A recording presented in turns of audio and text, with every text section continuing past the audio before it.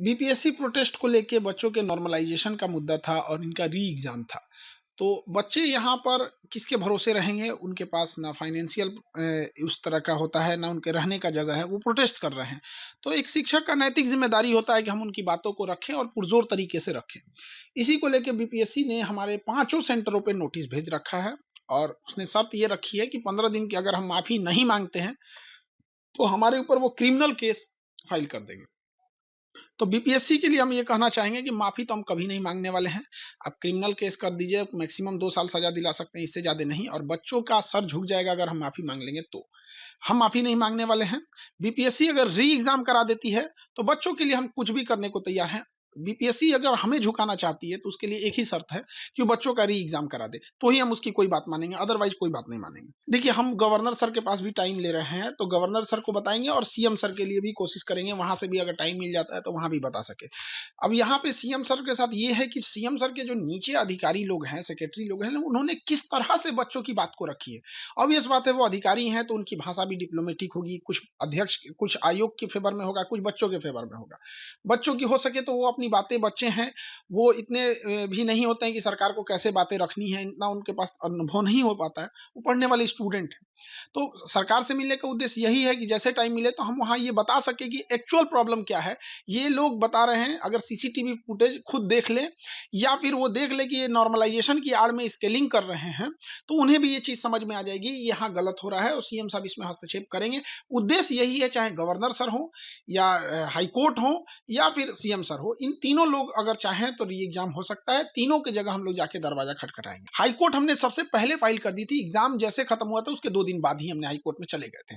क्योंकि एग्ज़ाम जब खत्म हुआ उसके बाद संडे था और 1 दिन टाइम लग जाता है पेपर वर्क करने में और हम तुरंत जाके हाई कोर्ट में तुरंत कर दिए थे और हमारा वहाँ हाई कोर्ट से 3-4 माँग है, एक सीसीटीवी फुटेज को सार्वजनिक किया जाए, वही सबसे बड़ा सबूत है। बच्चों से सबूत माँगा जाना है मतलब बच्चों को गुमराह किया जा रहा है। तो आप किसी को बाँध कर हाथ-पैर बाँध के नदी में फेंक दीजिए और कहिए कि तैर के तो दिखाओ। तो ये वही हाल है कि बच्चों को एग्ज़ाम से भगा दिए आपने वहाँ से, एग्ज़ाम खत्म हो गया, अब वो सबूत कहाँ से लाएँगे? तो हाई कोर्ट सबूत दे, दूसरा इसकी सीबीआई जाँच हो, नार्को टेस्ट कराया जाए, नार्को टेस्ट सबका हो, हमारा भी हो जाए, अध्यक्ष का हो जाए, सचिव का हो जाए। इसमें क्या है कि अगर जाँच होगा तो केवल छोटी मछलियाँ पकड़ी जाएँगी और ऐसा अगर हो जाता है नार्को टेस्ट सबके सामने, मीडिया के सामने, हम स्वयं इसलिए कहेंगे कि कहीं वो लोग डरे कि इसमें सोडियम पेंटोथेल नाम की दवा है, कहीं हमारा क्या हो जाएगा, तो पहले हम लगवाएँगे। हमसे जो सवाल करना है, अध्यक्ष और सचिव महाराज कर सकें। हमारे कुछ सवाल होंगे विद्यार्थियों के लिए, हम उनसे कर लेंगे या विद्यार्थी कर लेंगे।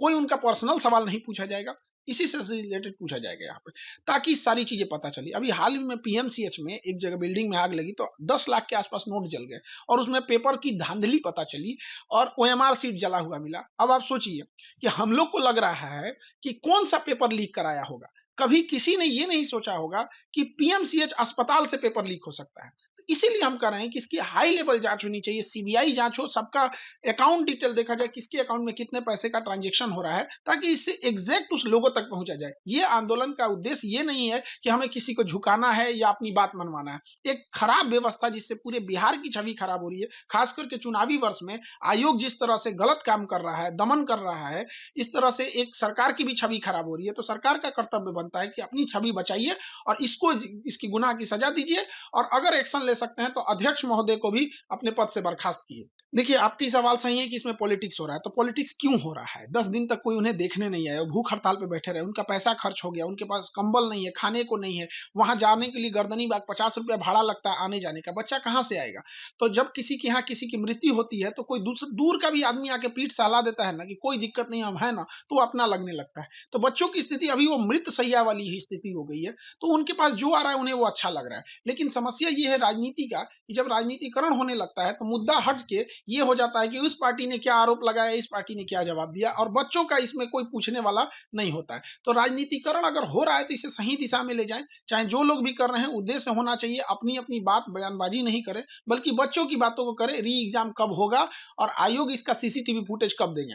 पूरे हम आपको कहते हैं पूरी इंडिया से कहते हैं, पूरी इंडिया के लोग इस पे दबाव बनाएँ कि आप सीसीटीवी फुटेज किसके डर से छुपा रहे हैं। हमारा भी यहाँ पे पूरे क्लास में सीसीटीवी लगा हुआ है। आप माँगिए हम अभी आपको फुटेज दे देते हैं, हमारे यहाँ कोई गलत नहीं हो रहा है। लेकिन अगर हम छुपा रहे हैं इट मीन्स कुछ गलत हो रहा है।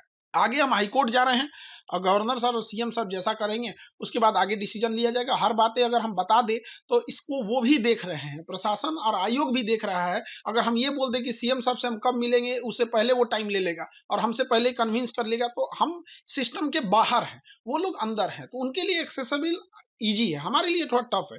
तो हमें बच्चों की लड़ाई लड़नी है, तो वही बातें हम बता सकते हैं, जितना हमें बच्चों को या हमारी रणनीति में किसी भी तरह की कोई लॉस